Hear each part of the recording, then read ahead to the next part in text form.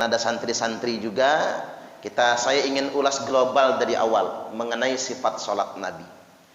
Sifat sholat Nabi itu adalah tata cara sholat yang disandarkan kepada Nabiullah Muhammad sallallahu alaihi wasallam. Itu yang disebut dengan sifat sholat Nabi. Hanya saja dalam perspektif fikih, cara sholat Nabi itu tidak ada versi tunggalnya. Mengapa saya katakan fikih? Karena terjadi simpang siur mengenai tata cara sholat yang disandarkan kepada Nabi. Maka para ulama-ulama fikih kemudian beristimbat. Maka terjadilah khilafiyah, perbedaan pendapat mengenai tata cara sholat Nabi sallallahu alaihi wasallam. Makanya kita maklum saja kalau ada cara sholat yang berbeda. Semuanya disandarkan kepada Nabi. Sesuai dengan sabdanya, "Shallu kama ra'aitumuni usolli." Salatlah kalian semua sebagaimana kalian melihat aku salat. Karena yang ngelihat Nabi salat banyak. Para sahabat juga ribuan bahkan ratusan ribu. Maka jelas tidak ada versi tunggal mengenai itu semua. Jadi saya ulas secara global. Dari awal salat dimulai dari takbiratul ihram yang disertai dengan niat. Ulama sepakat niat itu bersamaan dengan takbiratul ihram. Tidak mendahului, tidak juga terkemudian. Jadi usolli sebelum salat itu tidak termasuk niat. Tapi usolli sebelum salat termasuk lafaz niat, ikrar niat. Menurut pendapat Imam Hanafi, Imam Malik dan Imam Hambali, mengucapkan usolli hukumnya mubah. Tahu mubah ya Pak? Boleh dikerjakan tidak apa-apa, enggak dikerjakan juga tidak apa-apa. Sedangkan menurut pendapat Imam Syafi'i, mengucapkan usolli ikrar niat. Jadi mengucapkan dengan lisan sebelum takbir hukumnya sunnah. Ini pendapat Imam Syafi'i. Nah, Indonesia ini karena rata-rata bermadzhab Syafi'i, maka sunnah hukumnya mengucapkan usolli sebelum takbir. Tapi yang disepakati oleh para ulama, ketika kita takbir Allahu Akbar, lisan mengucapkan Allahu Akbar, di saat yang bersamaan hati berniat. Di saat yang bersamaan. Jadi Allahu Akbar, lisan mengucapkan Allahu Akbar, hati berniat. Sepakat 4 madhab. Yang enggak punya madhab itu Pak, yang enggak berniat waktu takbiratul ihram. Jadi kalau ada di sini orang waktu takbiratul ihram takbir saja enggak niat, dia tidak bermadhab. Enggak ada sumber madhabnya. Karena ada yang berpendapat begitu, udahlah kalau salat mah takbir aja. Berangkat dari rumah saja sudah termasuk niat, itu tidak ada madhab. Mau disandarkan ke madhab yang mana? Nah, kemudian yang berikutnya tentang takbiratul ihram, ulama sepakat takbiratul ihram itu rukun salat. Hanya saja ulama berbeda pendapat mengenai mengangkat tangannya. Yang jelas mengangkat tangan waktu takbiratul ihram sunnah. Tapi posisi mengangkat tangannya ulama beda pendapat. Pendapat Imam Syafi'i, ngangkat tangan itu sampai kuping. Rafa'a yadaihi hadwa udunai. Nabi itu mengangkat kedua tangannya setentangan dengan kedua telinganya. Dengan kaifiat begini, jari-jari dimekarkan, jari-jari mekar, dipisah jari-jarinya, tidak dirapatkan. Dengan jempol tangan wa ibhamahu syahmata udunai. Dengan jempol tangan menyentuh tempat anting-anting ini. Ini madzhab Syafi'i. Telapak tangan menghadap ke arah kiblat. Sikunya diangkat dan dijauhkan dari tubuh. Kecuali di dalam shaf. Kalau di dalam shaf berarti kita tarik sedikit ke badan agar tidak mengenai orang yang di samping. Nah, sedangkan menurut pendapat Imam Hambali, ngangkat tangan itu hadwa mankibaih, setentangan dengan kedua bahu. sedikit ke atas. Jadi kedua bahu sedikit ke atas dengan jari-jari dirapatkan. Tapi santri jangan bingung ya, ambil saja yang udah biasa diamalkan aja. Ini buat pengetahuan saja. Sampai ke bahu saja, begini. Jari-jari dirapatkan. Dan tidak ada selain itu. Tidak ada selain itu. Jadi jangan di dada begini, jangan di depan dada, jangan begini. Takbir tidak boleh di depan dada. Jadi patokannya selalu begini. Kalau telinga begini, jari-jari dimekarkan. Kalau di bahu begini, tarik ke bawah. Tidak ada yang namanya di depan dada begini atau begini, tidak ada juga. Tidak ada juga yang malas begini. Enggak ada. Itu saya bingung nyari sumber fatwanya dari mana ya. Yang ngangkat aja nggak jelas terus begini. Jauh lagi Pak, mau nyekek leher sudahan. Jadi yang begini yang ada dasarnya, nasnya jelas, hadisnya jelas. Begini juga nasnya jelas, hadisnya jelas, fatwanya juga jelas. Mengangkat tangan.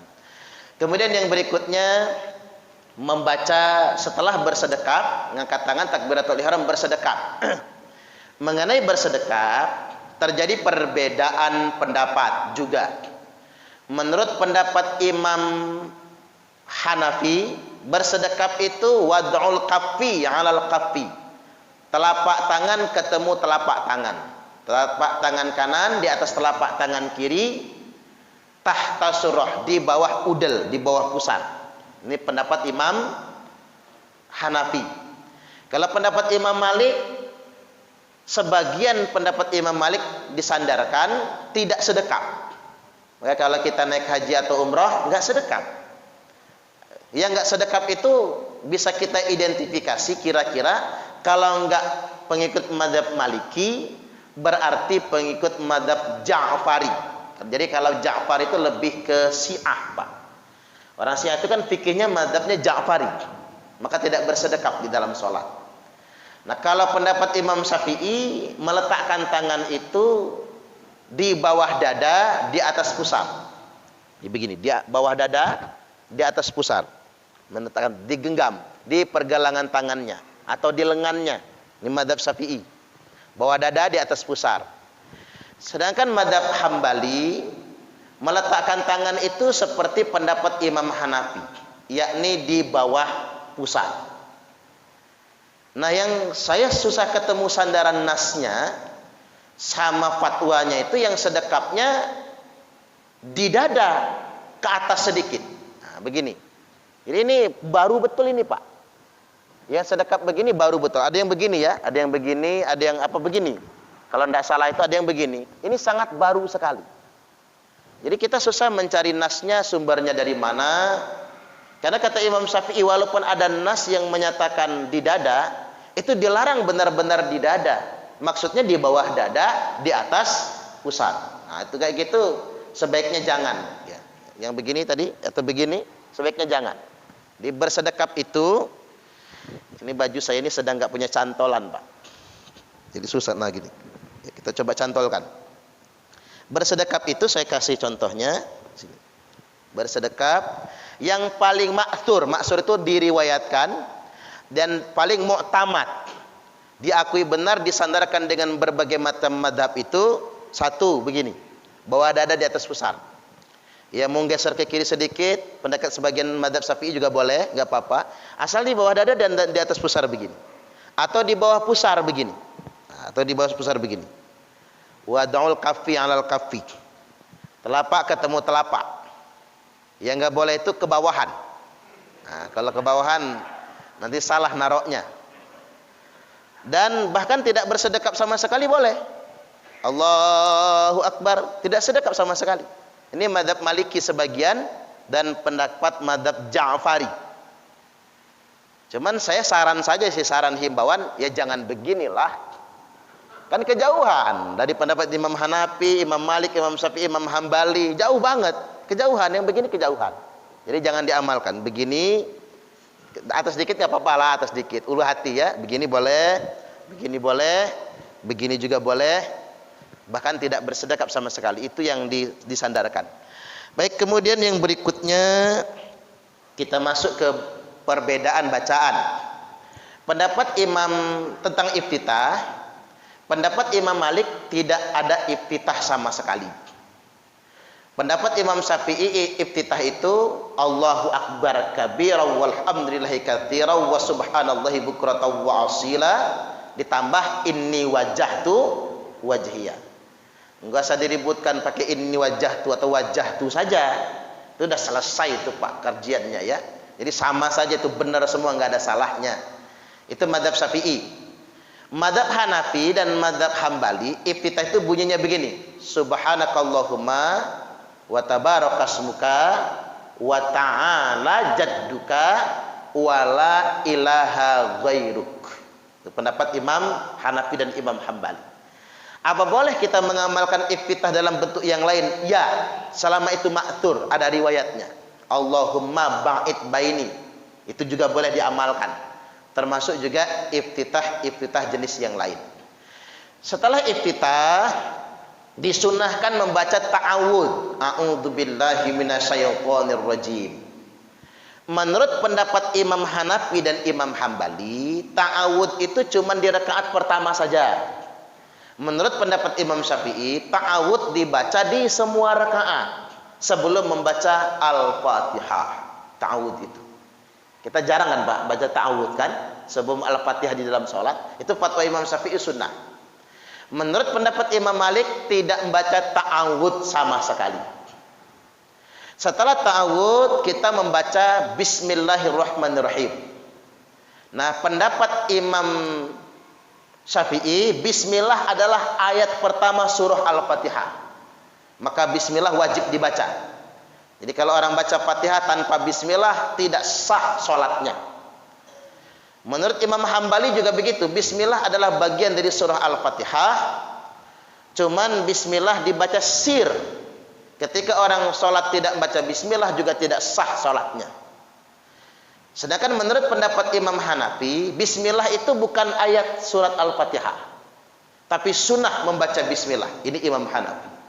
Sedangkan menurut pendapat Imam Malik, Bismillah tidak termasuk Al-Fatihah.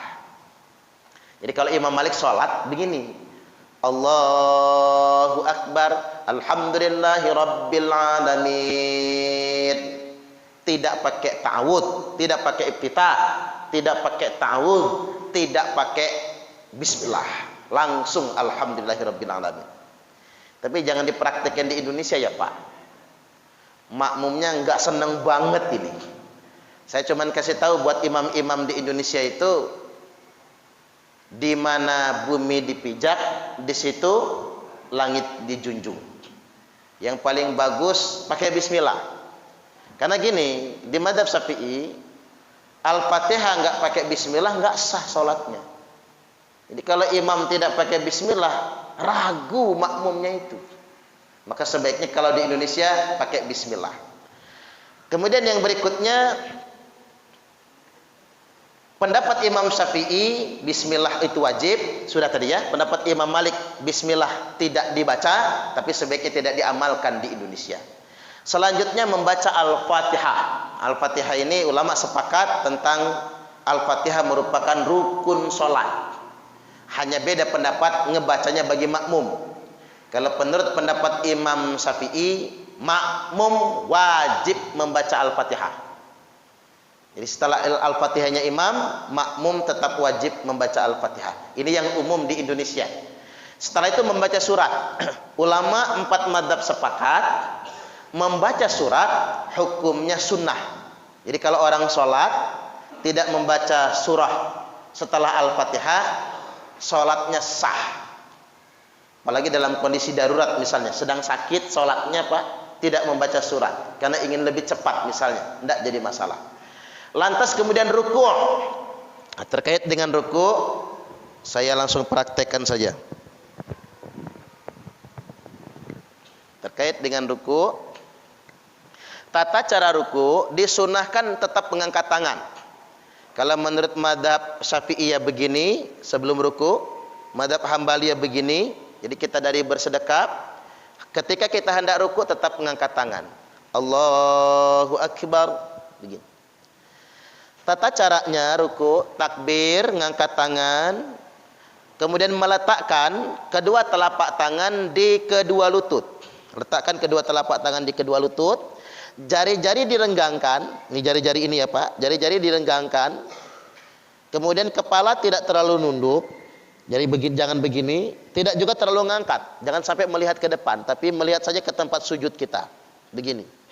Tidak boleh di lutut. Telapak tangannya nggak boleh diletakkan di lutut. Tidak boleh juga diletakkan di paha. Karena ada orang rukuk begini. Harus di lutut. Ingat sekali lagi, jari-jari direnggangkan seakan-akan mencengkram lutut tersebut. Subhana rabbiyal azimi wa bihamdih. Ini bacaan yang disepakati 4 madhab. Zikir rukuk yang paling direkomendasikan oleh Imam Hanafi, Imam Malik, Imam Syafi'i dan Imam Hambali adalah Subhana rabbiyal azimi wa bihamdih. Walaupun boleh yang lain, yang subhanakallahumma juga boleh, Allahumma laka raka'tu wa laka aslamtu juga boleh, atau bacaan-bacaan yang lain, atau kudusun rabbul malaikati waruh, itu juga boleh dibaca. Itu karena termasuk zikir ruku juga. Tapi yang paling dianjurkan subhana rabbiyal azim wa bihamdih dibaca 3 kali. Lantas kemudian sami Allahu liman hamidah. Setelah kita ruku, sami Allahu liman hamidah, langsung angkat tangan. Kalau imam ucapkan sami Allahu liman hamidah, makmum cukup ucapkan Rabbana lakal hamdu. Kalau Imam Syafi'i Rabbana lakal hamdu. Kalau Imam Hambali Rabbana walakal hamdu. Itu perbedaan pendapatnya. Jadi ngangkat tangan. Kalau di mazhab Hambali berarti begini. Sami Allahu liman hamidah Rabbana lakal hamdu. Kalau mazhab Syafi'i sami Allahu liman hamidah Rabbana lakal hamdu. Yang begini kalau kita berdoa. Kalau tidak berdoa, tata caranya tetap sama saja. Lantas kemudian sujud. Ketika turun sujud, saya mundur sedikit enggak apa-apa ya. Ketika turun sujud, sebelah sini aja Run, biar kelihatan. Ketika turun sujud, pelajaran yang sudah saya sampaikan, ada 2 macam tata cara turun sujud. Ada yang lutut dulu baru tangan, ada yang tangan dulu baru lutut. Jadi yang paling baik ya Pak, yang paling baik lutut dulu baru tangan. Jadi begini, Allahu Akbar. Nah ini, lutut dulu baru meletakkan kedua tangan. Karena kalau pendapat yang tangan dulu baru kedua lutut, pendapat yang tangan dulu baru kedua lutut, itu begini berarti, tangan dulu, tangan baru kedua lutut. Ketika bangun berdiri pun, maka dia akan ngangkat dulu lututnya baru tangannya. Nah begini. Nah sebetulnya yang begitu, itu cara sholat yang Nabi anjurkan untuk orang yang sudah tua. Tua, gemuk, rematik, asam urat. Terus prostat, double ini Pak ya. Udah banyak yang dirasa. Coba kalau kegemukan Pak, nggak bisa lagi turun lutut, sakit ini, apalagi osteoporosis, pengapuran. Jadi kalau sudah kegemukan dan sudah tua, banyak yang dirasa, sebaiknya tangan yang didahulukan turun ke bawah. Jadi tumpuan badan kita di tangan nantinya, begini. Nah begini, nah, agak merayap dikit, nggak apa-apa, itu diperbolehkan. Begitupun kalau berdiri, tumpuan kita juga di tangan, begini. Nah gitu. Aduh, ngap nyantahinnya Pak. Yang paling bagus itu pakai lutut begini. Nah, turun pakai lutut. Nih turunnya. Begitu bangkit berdiri juga, maka kita duduk istirahat sebentar. Kita boleh menekan ke sini, boleh juga ke paha langsung. Kemudian tetap tangan yang dulu diangkat, baru nyusul kedua lututnya. Turun sujud. Kaifiahnya turun sujud, meletakkan tangan di lantai. Wajah kita ada di kedua sisi tangan. Kedua sisi tangan. Siku kita diangkat. Jadi jangan di lantai. Siku jangan di lantai. Jadi nggak boleh menghampar. Siku kita diangkat. Dijauhkan dari kedua sisi lambung. Posisi kaki di belakang ditegakkan dengan jari-jari dilipat menghadap ke arah kiblat. Anggota sujud ada 7 macam. Jadi umirtu an asjuda ala sab'ati a'udzumin. Aku diperintahkan kata Nabi untuk sujud di atas 7 tulang. Yang pertama al-jabhah, jidat. Yang pertama jidat. Wa asyara ala anfih, lalu Nabi menunjuk ke hidung. Makanya hidung ini hanya menyertai saja. Loh ngapa kalau Nabi nunjuk hidungnya? Ya pasti Pak, karena orang Arab itu hidungnya panjang. Iya kan? Kalau hidung orang Indonesia ini proporsional, bukan pesek Pak, proporsional. Hidung orang Arab itu panjang sekali. Jadi kalau sujud pasti hidungnya dulu yang nyampe. Jadi makanya disertakan hidung. Makanya boleh kita sholat itu hidung kita ditutup masker, boleh, nggak apa-apa, sah sholatnya. Siapa yang ngomong nggak sah? Sah, boleh-boleh saja. Yang nggak boleh ketutup itu jidatnya. Jadi hati-hati dengan peci yang menutupi semua bagian jidat begini. Nah ini kan ketutup semua bagian jidat, itu bisa tidak sah sholatnya. Jadi harus ada bagian jidat, bagian kening yang terbuka dan mengenai tempat sujud ketika kita semua sedang sujud. Harus ada di bagian kening kita. Karena ini jidat ini yang nggak boleh ketutup sama sekali. Wal kafain, anggota sujud yang berikutnya adalah kedua telapak tangan. Jadi 3 ya, 1 tambah 2, 3. Waruk batain, kemudian kedua lutut, kemudian kedua ujung jari-jari kaki. Jadi 7 jadinya, ujung jari-jari kaki. Siku diangkat, lambung perut kita tidak boleh nempel ke paha. Lambung tidak boleh nempel ke paha. Saya praktekkan sekali lagi. Jadi siku diangkat begini. Dan tidak usah berlebihan Pak, karena ada yang saking berlebihannya dia panjang sujudnya begini. Nah, pernah lihat kan? Di Jogja juga pernah saya lihat kayak gitu model sholatnya. Jadi panjang, jadi kalau kakinya di sini, palanya jedut dinding itu. Saking panjangnya itu berlebih-lebihan dalam sujud, juga tidak diperbolehkan. Setelah kemudian sujud, saya balik ke tengah lagi. Kita duduk di antara 2 sujud. Duduk di antara 2 sujud, duduknya iftiras. Duduknya iftiras. Apa itu duduk iftiras? Duduk di atas telapak kaki kiri, menegakkan telapak kaki kanan begini. Duduk iftiras. Jadi duduk di atas telapak kaki kiri, wa nasobal yumna, dan menegakkan telapak kaki kanan dengan melipat jari kaki dihadapkan ke arah kiblat, sedangkan tangan di atas paha. Nah, jadi begitu. Bacaan sujud dan di antara 2 sujud, kalau sujud tadi subhana rabbiyal a'la wa bihamdih, itu kesepakatan jumhur itu. Walaupun boleh mengamalkan bacaan jenis yang lain. Selanjutnya kalau duduk di antara 2 sujud, rata-rata sama, rabbighfirli warhamni wajburni, dan seterusnya. Lalu sujud kembali. Setelah sujud yang kedua, bangkit ke rakaat yang berikutnya. Nah, bangkit ke rakaat yang berikutnya, menurut mazhab Syafi'i disunnahkan duduk istirahah. Duduk istirahah menurut mazhab Syafi'i. Apa itu duduk istirahah? Duduk istirahat setelah sujud yang kedua. Kita praktekkan, setelah sujud yang kedua, kita nggak langsung berdiri, tapi duduk sebentar. Duduk sebentar. Nah, sujud yang kedua, duduk sebentar. Seukuran tumakninah, baru kemudian kita berdiri ke rakaat yang berikutnya.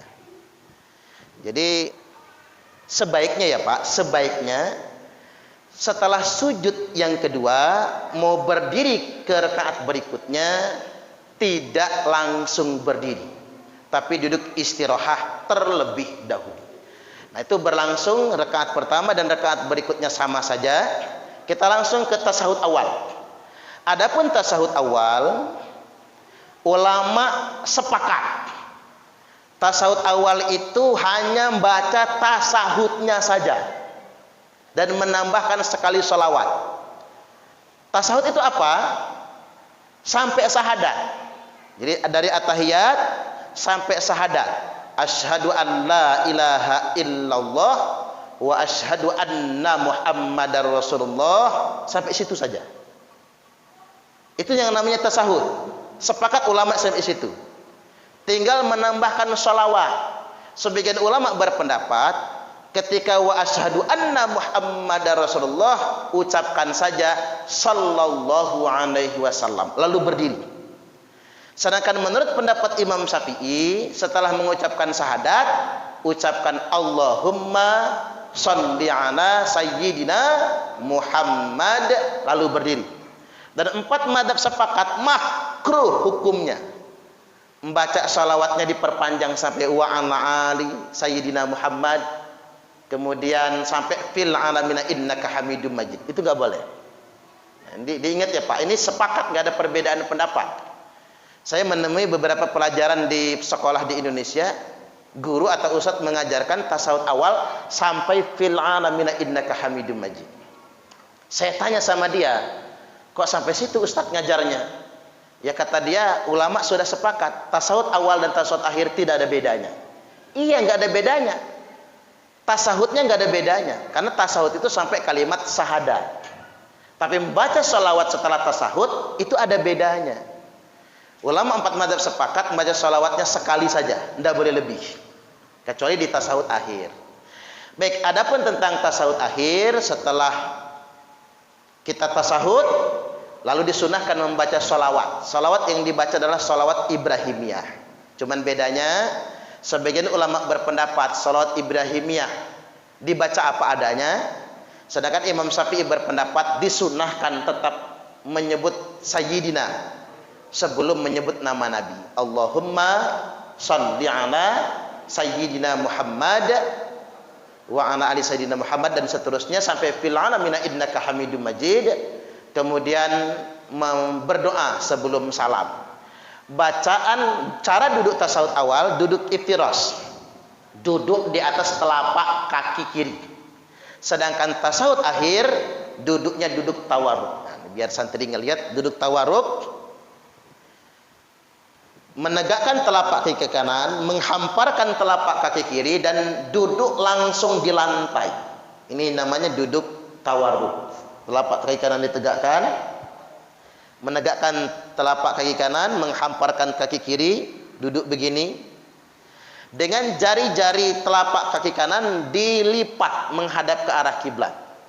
Yang masih sehat, yang udah gemuk tadi itu, sama yang asam urat, ada yang begini nih. Nah, sampai begitu sholatnya tidak apa-apa. Atau nggak bisa lagi nekuk kakinya begini misalnya, juga tidak mengapa. Selain duduk iftiras dan duduk tawaruk, ada duduk ik'a. Duduk ik'a yang diperbolehkan begini. Ini duduk ik'a. Nah, begini boleh. Begini ya. Ini duduk ik'a. Ini boleh begini. Telapak kaki disilangkan di tengah, lalu kita duduk di atas kedua tumit. Ini boleh. Ada duduk ik'a yang agak aneh begini. Nah, gini. Ini ada juga yang mengamalkan begini. Duduk ik'a yang begini menurut saya agak aneh. Tapi masih boleh juga, masih sah. Begini. Mungkin sembelit kali ya. Makanya duduk begini. Dan ada duduk ik'a yang tidak diperbolehkan, begini. Nah, begini. Kelihatan nggak Pak? Kelihatan ya? Jadi duduk ik'a, di mana kaki kita di sisi badan, kemudian langsung duduk di lantai. Ini duduk ik'a yang tidak diperbolehkan. Kalau yang begini boleh. Begini boleh. Karena ada yang sholatnya begini nih. Ada kan? Jadi begini juga diperbolehkan. Kalau tasawuf akhir, duduknya tawaruk begini. Nah, begini. Sampai salam. Kemudian salam ke kanan adalah rukun sholat, salam ke kiri adalah sunnah sholat. Baik, sampai di situ ini gambaran umum tata cara sholat, sifat sholat Nabi. Kalaupun ada yang berbeda bisa ditanyakan. Insyaallah nanti di bab terakhir kita tinggal bahas doa, baru kita masuk ke kitab yang berikutnya nanti. Baik, sekarang kita buka tanya jawab. Saya persilahkan Pak.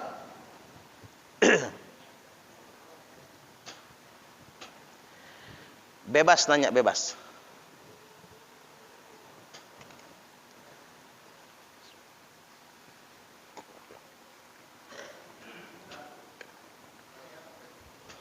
Ya.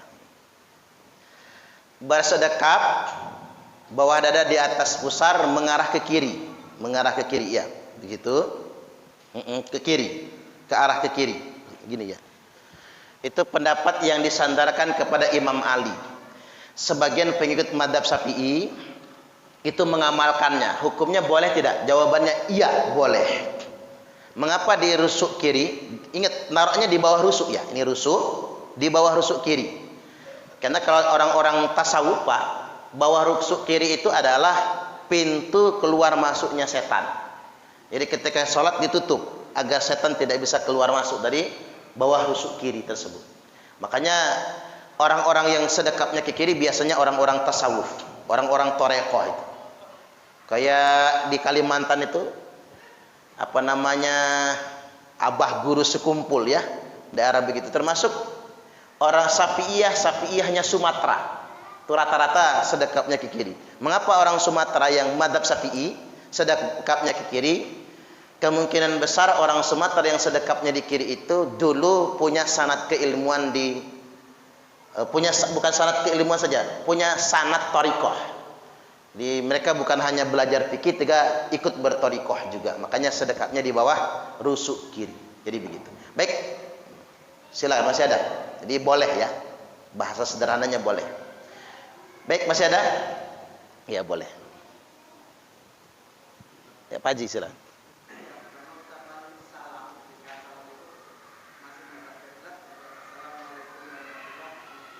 Ya.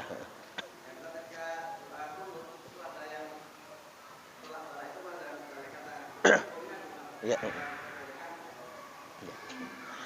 Pertama, ketika mengucapkan salam, posisi kita tetap menghadap kiblat. Karena kalau tidak menghadap kiblat maka batal sholatnya. Batalnya ketika sudah sampai membelakangi kiblat. Maka mengucapkan salam, badan kita itu di salam pertama, badan kita tidak perlu mutar. Jadi cukup kepalanya saja. Assalamualaikum warahmatullahi. Yang tidak boleh itu assalamualaikum warahmatullahi, badannya ikut mutar. Ketika badannya mutar menyerupai membelakangi arah kiblat, maka itu bisa membatalkan sholat. Kalau itu di salam yang pertama. Jadi hindari betul ketika ke salam badan kita ikut memutar. Cukup kepalanya saja. Assalamualaikum warahmatullahi. Ini masih baik. Assalamualaikum warahmatullahi. Dan bagi imam disunahkan salam pertama dan salam kedua tidak berjarak, langsung. Dan salam disunahkan untuk diperpendek. Assalamualaikum warahmatullahi, agar bisa langsung ke kanan. Agar bisa langsung ke kiri. Assalamualaikum warahmatullahi. Karena kalau kelamaan khawatir didahului oleh makmum. Apalagi makmumnya anak-anak. Kalau makmumnya anak-anak, kita baru assalamualaikum dia sudah selesai duluan. Makanya caranya assalamualaikum warahmatullahi, assalamualaikum warahmatullahi. Jangan dikasih jeda. Itu sunnahnya ya. Silakan, masih ada.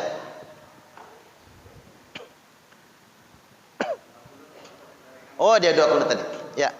Untuk doa bukan hanya doa kunut, termasuk di dalam doa kunut ketika doanya itu lidaf'il bala, yang isinya itu minta diangkat bala atau menolak bala, disunahkan kita membalikkan telapak tangan kita.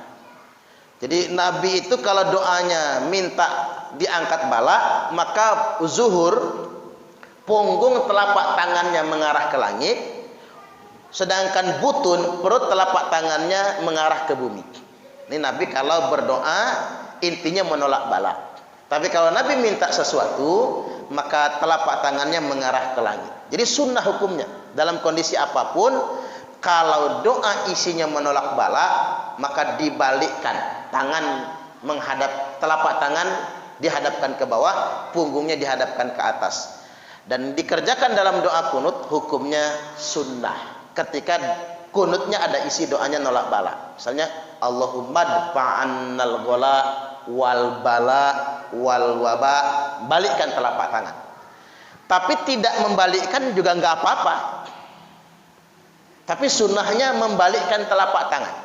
Bahasanya jangan dibalik tapi. Kalau berdoa nada ke atas, tapi kalau mau dibalik enggak apa-apa. Itu bukan begitu bahasanya. Berdoa kalau minta telapak tangan ke atas, tapi kalau nolak bala disunahkan balikkan ke bawah.